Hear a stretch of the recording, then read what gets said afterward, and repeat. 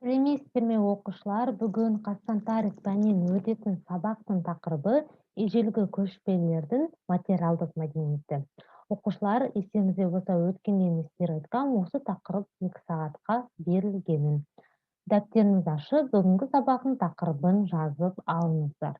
Зерттеу сұрағы: көшпелілер баспанасының ерекшелігі неде? Сабақтың мақсаты көшпелілердің киіз үйлерінің түрлерін сипаттау, киіз үйдің құрылысымен танысу.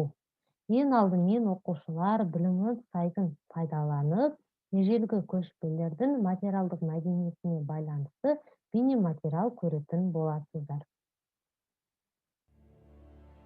Киіз үй туралы не білесіңдер? Алғашқы тұрғын үйлер қандай болған? Киіз үйге ұқсас құрылыстар болған ба? Киіз үй қандай бөліктерден тұрады? Сұрақтарға жауап беруге тырысайық. Киіз үй туралы не білесіңдер? Көшпелі мал шаруашылығының дамуына байланысты киіз үй пайда болды. Киіз үй қалай пайда болды? Киіз үйдің алғашқы нұсқасы қола дәуірінде пайда болған. Осы дәуірде Қазақстан жерін мекендеген тайпалар киіз үйге ұқсас дөңгелек тұрғын үйде тұрған. Ол заманғы тұрғын үйдің көне үлгісінің бірі күймелі арба немесе үстіне киіз үй орнатылған арба болған. Қазақстан жеріндегі ежелгі құрылыстың қалдықтары бізге сол замандағы сәулет өнері туралы мәлімет береді. Алғашқы тұрғын үйлер қандай болған? Алғашқы қолдан жасалған тұрғын үй кепе болған. Кепенің қалдықтары Қазақстанның оңтүстік, шығыс және солтүстік өңірлерінен табылған. Қола дәуірінде көшпелілер күмбез тәрізді қима шатырлы жертөле салды. Жертөлелер Қазақстанда, Орта Азияда және Ресейдің оңтүстігінен табылды.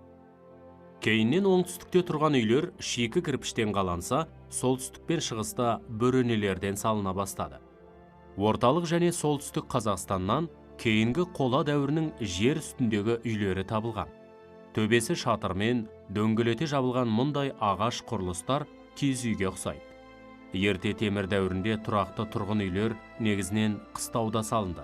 Сонымен қатар көшпелілер қыстау қоныстармен қатар қала үлгісіндегі бекіністерді де салды.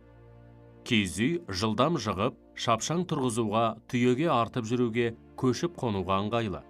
Киіз үй біздің заманымыздың 7-ші ғасырында кеңінен пайдаланылып, киіз басу белгілі бір еңбек кәсібіне айналған. Оған Алтай, Сібір, Қырым тау тастарындағы сурет таңбалар айғақ болады. Киіз үйге ұқсас құрылыстар болған ба? Чаглинка, Петровка, Атасу, Бөгілудегі дөңгелек немесе көп құрлы, ағаш қаңқалы, түтін шығатын рамаға сүйенген конустық немесе пирамида тәрізді құрылыстың қазба қалдықтары табылғаннан кейін, киіз үйдің прототипі жеңіл, дөңгелек болып келетін Андроновтардың тұрғын үйі болып есептеледі. Киіз үй көшпенділердің тез жығып шапшаң құруға, яғни көшіп қонуға ыңғайлы үйі. Көшпенділердің киіз үйі тарихымыздағы ең бірінші сәулеттік құрылыс болған. Киіз үй көктем, жаз және күз мезгілдерінде қоныстан қонысқа көшіп жүру жағдайына ыңғайлы құрама үй. Киіз үй құрылысы қандай болған? Киіз үйдің қабырғасы торлап көктелген керегеден тұрғызылады. Кереге әдетте екі түрлі болады. Оның бірі кең көзді кереге, жел көз деп аталады. Бұл артуға жеңіл, бірақ сәнсіз, сүйегі жеңіл болғандықтан желге төзімсіздеу болып келеді. Екінші түрі тор көзді кереге, тор көз деп аталады. Ол артуға ауырлау болғанымен желге өте төзімді.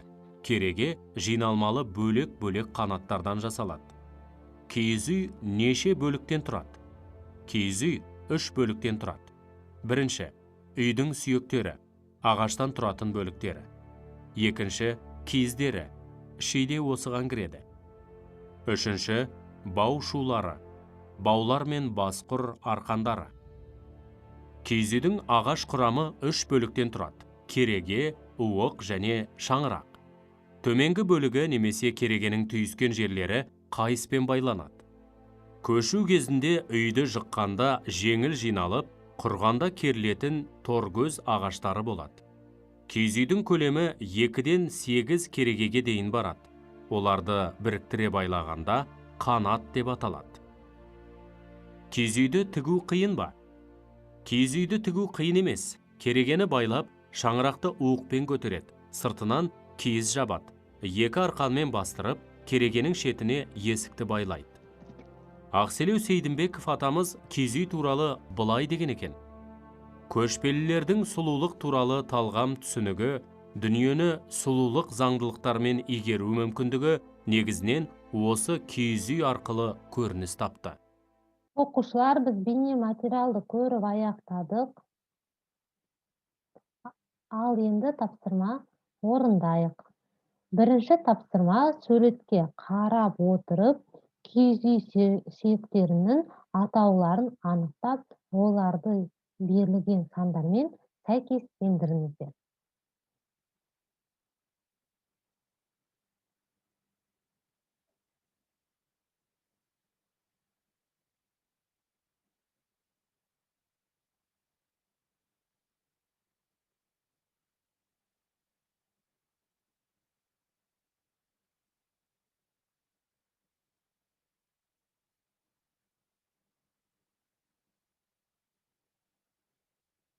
Окуучулар, эгер биринчи тапсырманы орундап болсоңуздар, экинчи тапсырманы орундайык.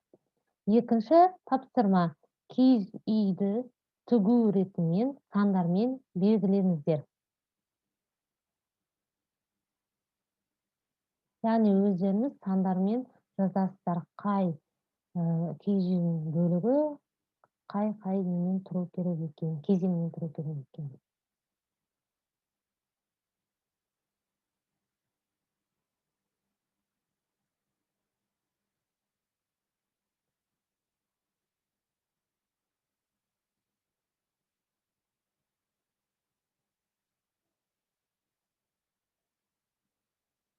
Окуучулар, эгер сиздер тапсырмаларды орундап болсоңуздар, бүгүнкү биздин сабак аякталды. Сау болуңуздар.